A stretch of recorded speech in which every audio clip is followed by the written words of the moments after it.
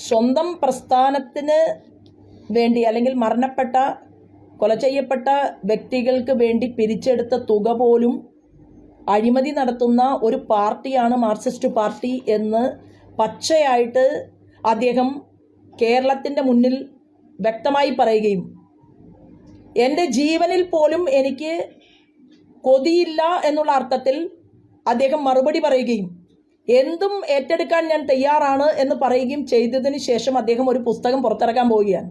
അപ്പോൾ ഇങ്ങനെയുള്ള ഒരു പാർട്ടി നേതൃത്വം നൽകുന്ന ഇടതുപക്ഷ ജനാധിപത്യ മുന്നണി എത്ര കോടി രൂപ കേരളത്തിലെ ജനങ്ങൾക്ക് വന്നത് വകമാറി ചെലവഴിച്ചിട്ടുണ്ടാകും എന്നുള്ള ചോദ്യം കേരള രാഷ്ട്രീയം ചർച്ച ചെയ്ത് തുടങ്ങി എന്നുള്ളതാണ്. അത് വരാൻ പോകുന്ന നാളുകളിൽ അതിൻ്റെ റിഫ്ലക്ഷൻ ഉണ്ടാകും എന്നുള്ള കാര്യത്തിൽ തർക്കമില്ല. എന്തിനു വേണ്ടിയാണോ ഈ പാർട്ടിക്കകത്ത് പ്രവർത്തിച്ചത് ആ സ്വത്വം നഷ്ടപ്പെടുത്തിക്കൊണ്ട് മാർക്സിസ്റ്റ് പാർട്ടി കേരളത്തിൽ മുന്നോട്ട് പോകുന്നു എന്നുള്ളത് ബോധ്യപ്പെടുന്ന ഒരു സാഹചര്യമാണ് കേരളത്തിൽ നമ്മൾ കാണുന്നത്. വിശിഷ്യ അത് കണ്ണൂരിൽ നിന്ന് അതിൻ്റെ പൊട്ടലും ചീറ്റലും തുടങ്ങിക്കഴിഞ്ഞു.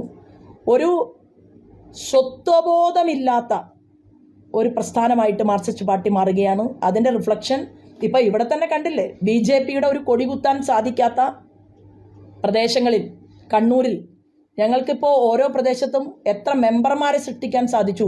അതെങ്ങനെ വന്നു?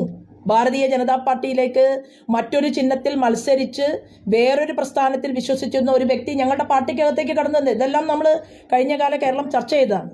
അപ്പോൾ മാറ്റം എന്തായാലും ഉണ്ടാകും. അത് ഓരോ മേഖലകളിലും നടന്നുകൊണ്ടിരിക്കുകയാണ്. കണ്ണൂരിലും അതിൻ്റെ പ്രതിഫലനമുണ്ട് എന്നുള്ള കാര്യത്തിൽ തർക്കമില്ല.